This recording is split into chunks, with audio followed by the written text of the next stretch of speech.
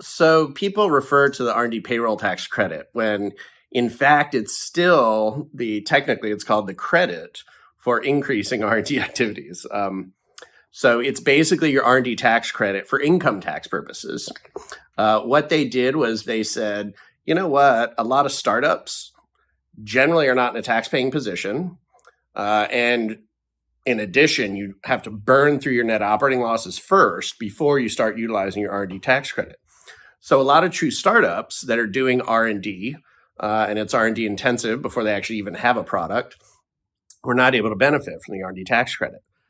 So they changed the laws such that you can make an election on an annual basis if you qualify as a qualifying small business, which means that you have less than $5 million in revenue for that year, and you have gross receipts for 5 or fewer years. So essentially, if you had even interest income counts, if you had gross receipts or some type of income 6 years ago, you're no longer a qualified small business.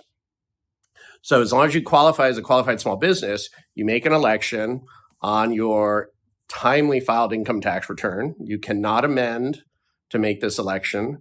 You can elect to have up to $250,000 of your R&D income tax credit for income tax purposes apply against your payroll taxes. The payroll taxes that you're able to get a refund of are the employer portion of Social Security.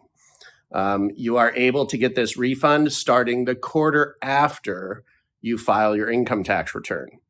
So this is actually a reason for trying to get your tax returns done early. If you timely file your return, it would be April 15th, which is generally Q2, assuming a calendar year taxpayer. You wouldn't be able to utilize the credit until Q3. If you file your return 16 days earlier on March 31st, you would actually get to claim the credit in Q2. So you're accelerating utilization of the credit, accelerating the refund of the cash to the business by filing your return 16 days early. So we try to get our clients that are taking advantage of this, get them filed as quickly as possible so they can actually utilize the credit as quickly as possible.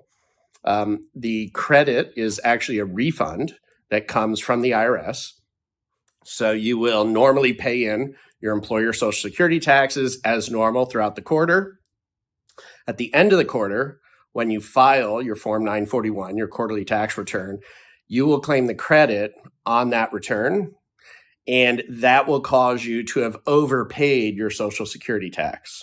That's the amount that you will get refunded to you. Who knows how long that takes, because again, we're dealing with the IRS. I've heard Congress rumbling about how delayed the IRS has been recently. So hopefully they'll start picking up the pace to actually get those refunds out to taxpayers, because it is their cash and it could substantially help their business.